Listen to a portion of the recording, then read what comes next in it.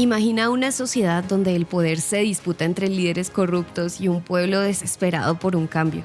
¿Te suena conocido? En medio de intrigas y desafíos surge un mensaje de esperanza y renovación que desafía las estructuras establecidas.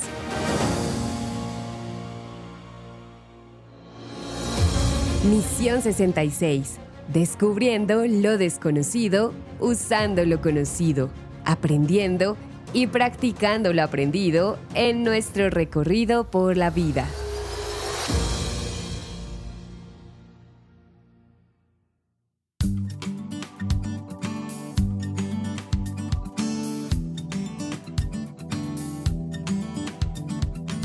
Hola, soy Johnny Pérez y hoy junto a ti, David y Kimberly, nos sumergimos en el primer capítulo de una historia llena de intriga, poder y la búsqueda de propósito en medio de la incertidumbre. En este recorrido nos adentramos en la vida de una mujer llamada Ana. Enfrenta el dolor de la infertilidad y la presión social de su época. ¿No les parece que en la actualidad también hay muchas personas que lidian con la frustración de no ver cumplidos sus sueños o expectativas? Absolutamente. ¿Y cuántos de nosotros nos hemos sentido desanimados o desamparados ante situaciones que parecen estar fuera de nuestro control? Seguramente encontraremos claves para el recorrido de la vida en esta nueva serie que empezamos. Sí, hoy te traemos una nueva aventura por el libro de los libros. Empezaremos un largo viaje por el primer libro de Samuel. Vamos a contar uno de los momentos más significativos de la historia humana. Y en este recorrido abordaremos el tema decisiones que cambian destinos. No sé ustedes, pero pienso que cuando todos empiezan a decir desiste, la esperanza susurra. Intenta una vez más. Te invito ahora a seguir muy de cerca esta nueva serie y descubrir con nosotros que lo imposible es la especialidad de Dios. Acabamos de estudiar los libros de Jueces y Ruth y vimos una situación de mucha dificultad, muchos problemas, un verdadero caos en el Israel anterior a la monarquía, cuando gobernantes tribales dirigían el país, la nación, todavía con la presencia de los cananeos que vivían allí, en aquella tierra que hoy es el Estado de Israel. Si hoy es tu primer recorrido con nosotros, o si te has perdido esas series, puedes visitar nuestro sitio en internet, mision66.org. Y cuando llegamos al primer libro de Samuel, la pregunta que surge de manera muy clara para nosotros es la siguiente. ¿Qué esperanza habrá para esa nación? ¿Cuándo van a mejorar las cosas? ¿Qué pasará? ¿Qué hará Dios para traer esperanza para el futuro de esta nación que se encuentra en dificultad? Esas son muchas preguntas, David. Le daremos respuestas. Leyendo el texto de la versión de la Biblia Reina Valera contemporánea, vemos que empieza hablando sobre un hombre llamado Elcaná o Elcana, que vivía en los montes de Efraín. Dice la Biblia que él, Elcana, tenía dos mujeres. Una de ellas se llamaba Ana y la otra Penina. Esta tenía hijos, pero no así Ana. Y dice que todos los años Elcana salía de su ciudad para ir a Silo y adorar allí al Señor de los ejércitos.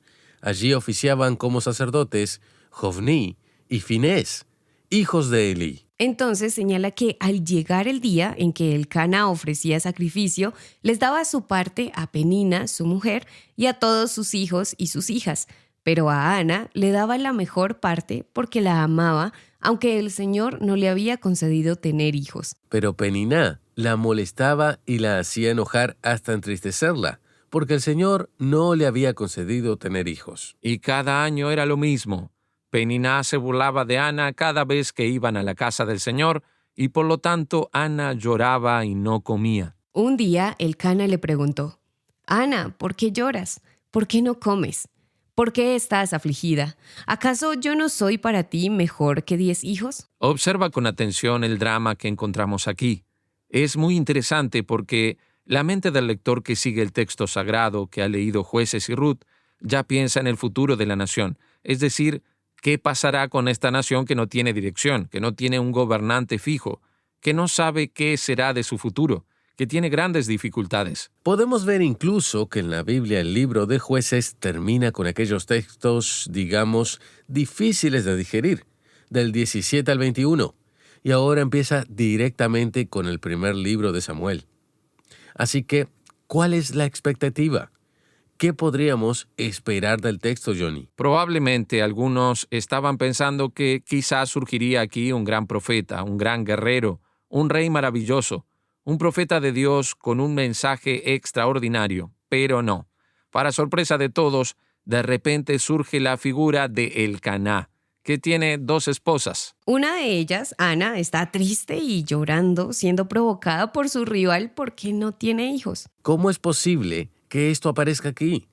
Parece algo sin un propósito claro. Cierto. Sin embargo, veremos que la esperanza que Dios tiene reservada para su pueblo tendrá lugar mediante su acción extraordinaria por medio de una mujer estéril que se convertirá en madre. El texto nos revelará cómo Dios una vez más mostrará su poder y mostrará que las cosas no dependen del poder humano, sino de la intervención divina. Por supuesto, porque en vez de aparecer una persona extraordinaria, un gran hombre y profeta de Dios, surge una mujer estéril pidiendo hijos.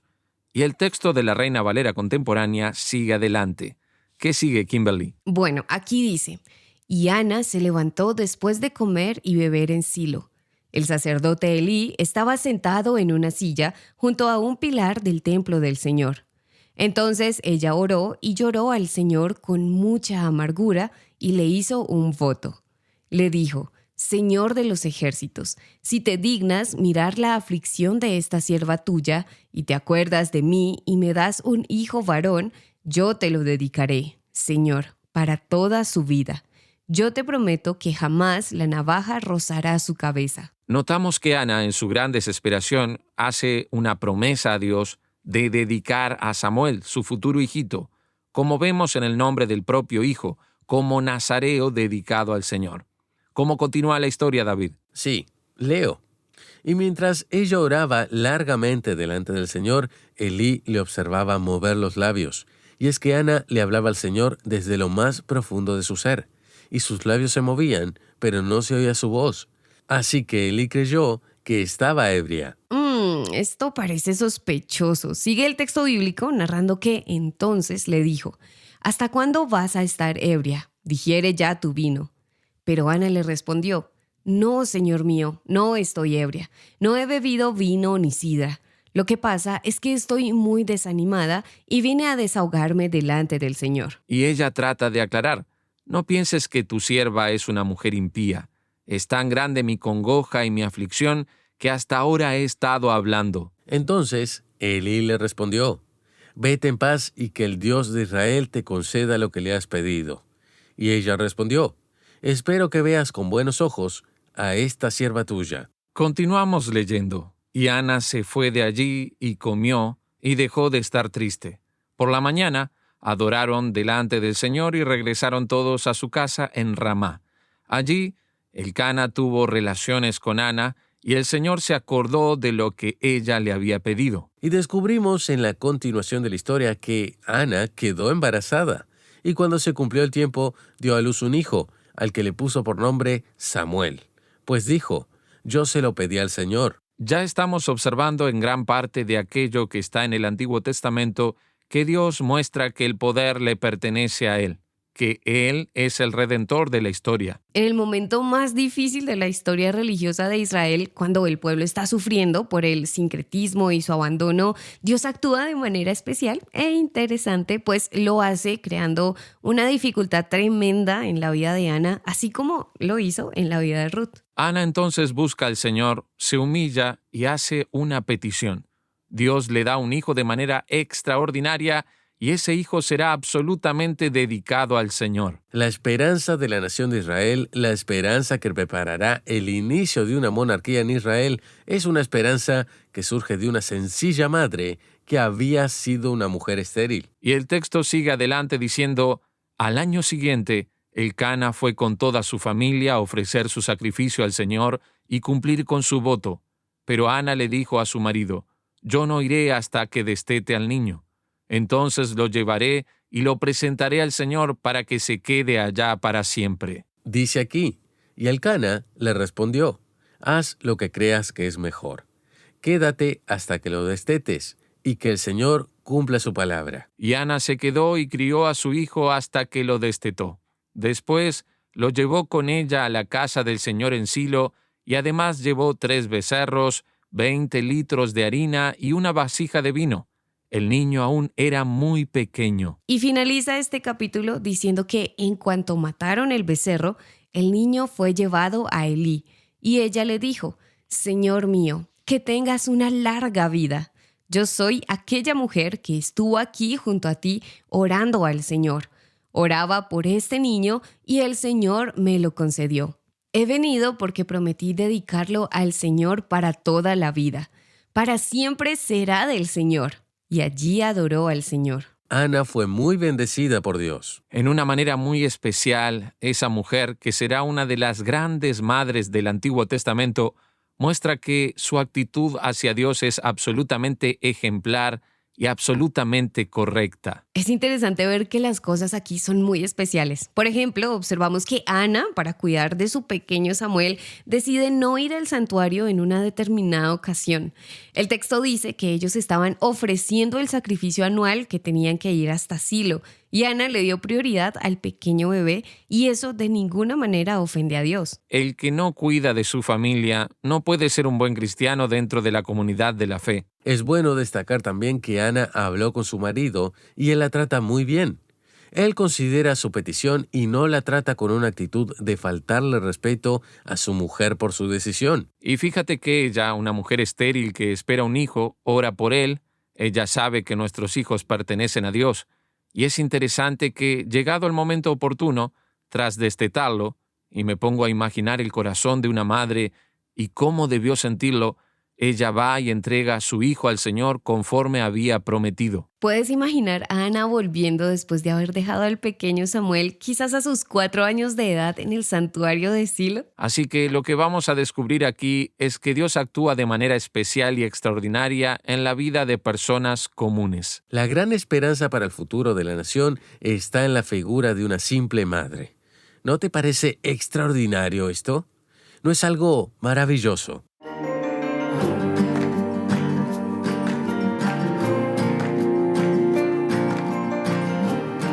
Escríbenos a nuestro número de WhatsApp, +1 847 857 8029. Repito, +1 847 857 8029 o al correo electrónico mision66@transmundial.org. mision66@transmundial.org y solicita el libro Misión Antiguo Testamento. Es totalmente gratis. Visita nuestro canal en WhatsApp.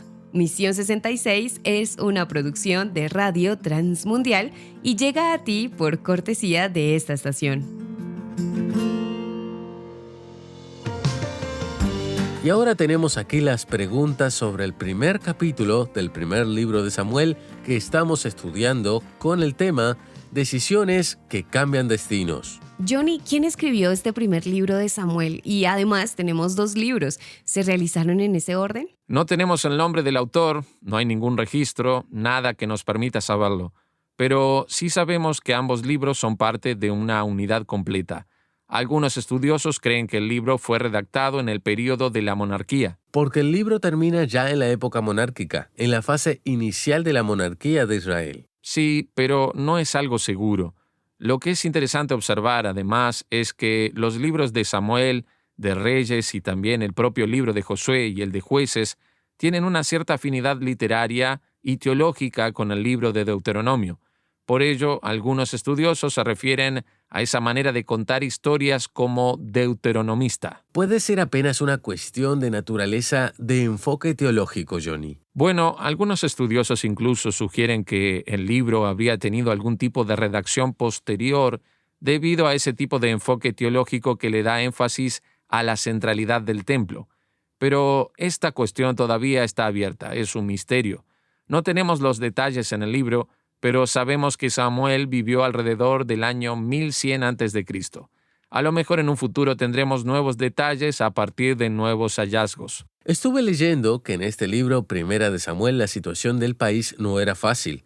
Israel había sido gobernado por jueces en momentos cruciales de la historia de la nación, pero la nación se había degenerado moral y políticamente. El pueblo vivía bajo el ataque de los filisteos. El pueblo de Silo había sido profanado y el sacerdocio se había corrompido. En medio de esta confusión política y religiosa, llegó Samuel. Y Johnny mencionas que hay una centralidad del culto en el templo, pero el primer capítulo menciona a Silo como el lugar central de adoración. ¿Qué lugar es ese? Silo es uno de los principales centros de adoración antes de tener el templo central de Jerusalén construido por David. Silo termina siendo en esta época premonárquica el lugar más importante donde ocurren las ceremonias principales de adoración a Dios, las fiestas del pueblo de Israel. ¿Qué había ahí en Silo? No tenemos mucha seguridad, pero todo apunta a que lo que tenemos en Silo es el tabernáculo, y por la descripción que aparece en el versículo 9, parece ser una ampliación relacionada con el tabernáculo y ligada a este lugar principal que antecede al templo. Para los estudiosos, digamos menos conservadores, esas referencias apuntan a que ya había algo vinculado con el templo. Sí, pero la idea que el texto da es la de un santuario, no la de un templo definitivo. Al menos no parece que sea posible establecer un vínculo directo con lo que vemos aquí y el templo de Jerusalén. Y de todas formas, vemos el camino de la fe de Israel en dirección a una centralización de culto en torno al Dios único. Ahora sí, el tabernáculo era una estructura que se armaba y desmontaba, yendo de acá para allá, y ahora era un lugar centralizado. ¿No hay posibilidad de ya tener ese templo, aunque sea algo provisional? Buena pregunta. Lo que algunos piensan es que se hizo una especie de estructura más definida en Silo y que el tabernáculo se encajó allí en esta estructura anterior al templo. Pero eso no ha sido debidamente confirmado, por ejemplo, por la arqueología. Solo tenemos el registro de este texto y nuestras suposiciones sobre el asunto. Johnny, vamos a adentrarnos en este episodio de Ana y el sacerdote Elí.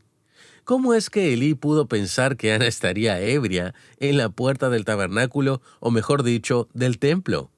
Y ella usa una expresión dura, hablando sobre sí misma. No me tomes por una mala mujer, como vemos en el versículo 16. Otras versiones dicen mujer impía o desvergonzada, pero la traducción literal sería hija de Belial. ¿Cómo queda esto? Bueno, en primer lugar, debemos recordar que aquí Ana está desesperada. Ella está llorando, está emocionalmente afectada, y los judíos, cuando oran, siempre lo hacen en voz alta. Ellos repiten una manera de orar. El judío hoy siempre dice Baruch atah Adonai Eloheinu.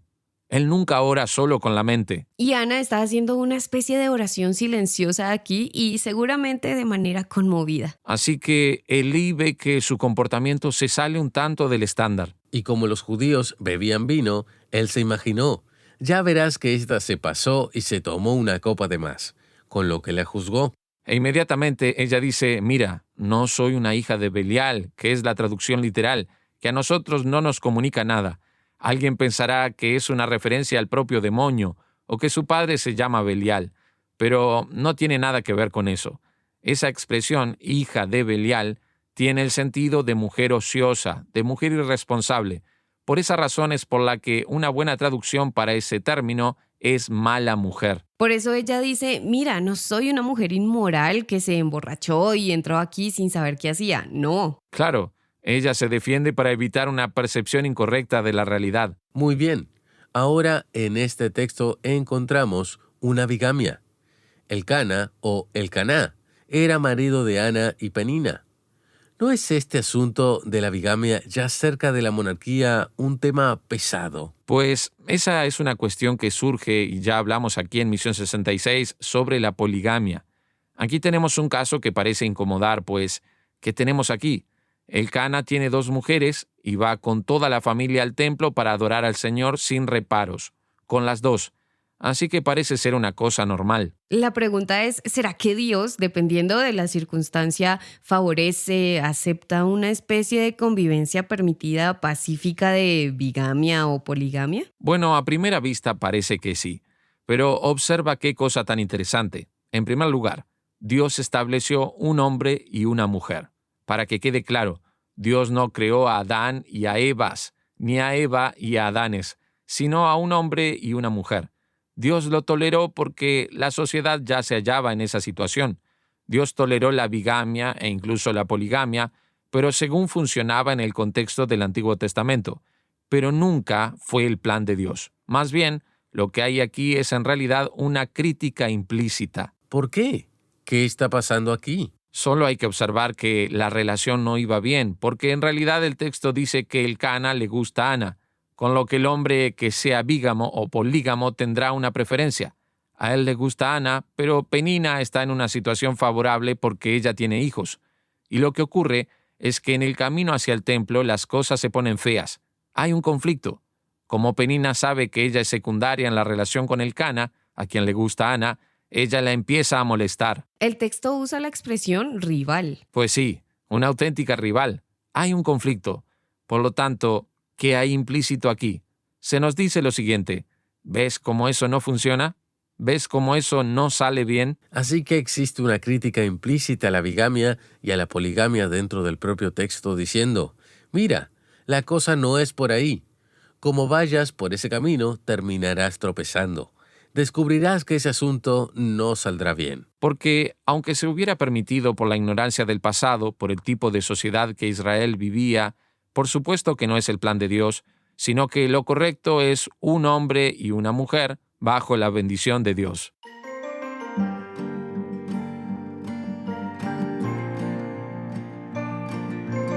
Búscanos en las redes sociales. Nos encuentras como Misión66.rtm en Facebook, Instagram, YouTube, TikTok, Spotify y X.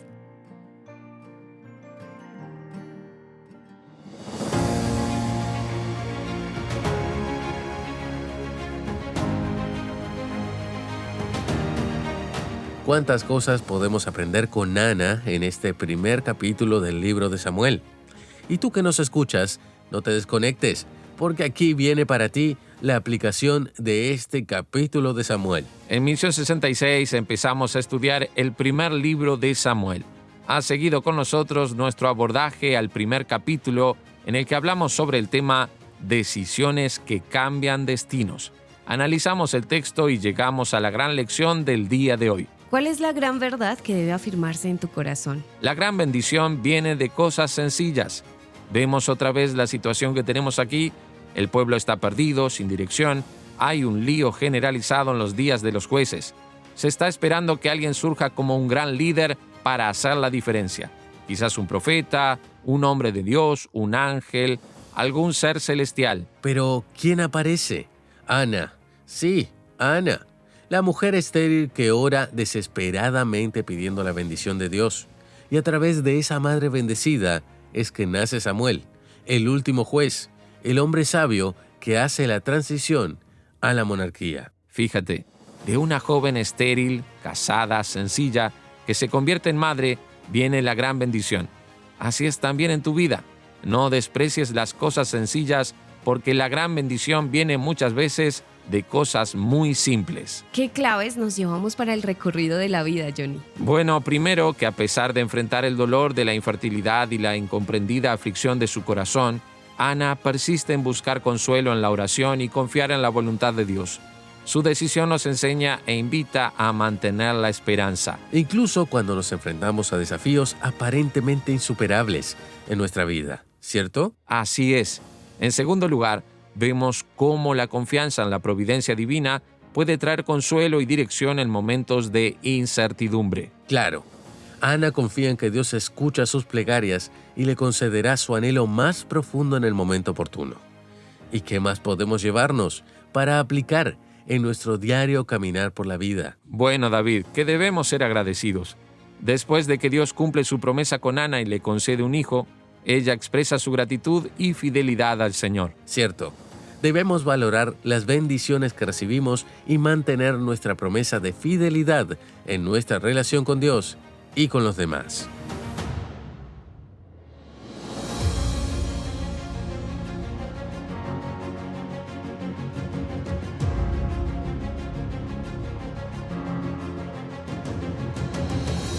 Escríbenos y solicita el libro Misión Antiguo Testamento. Nuestro número de WhatsApp es +1 847 857 8029.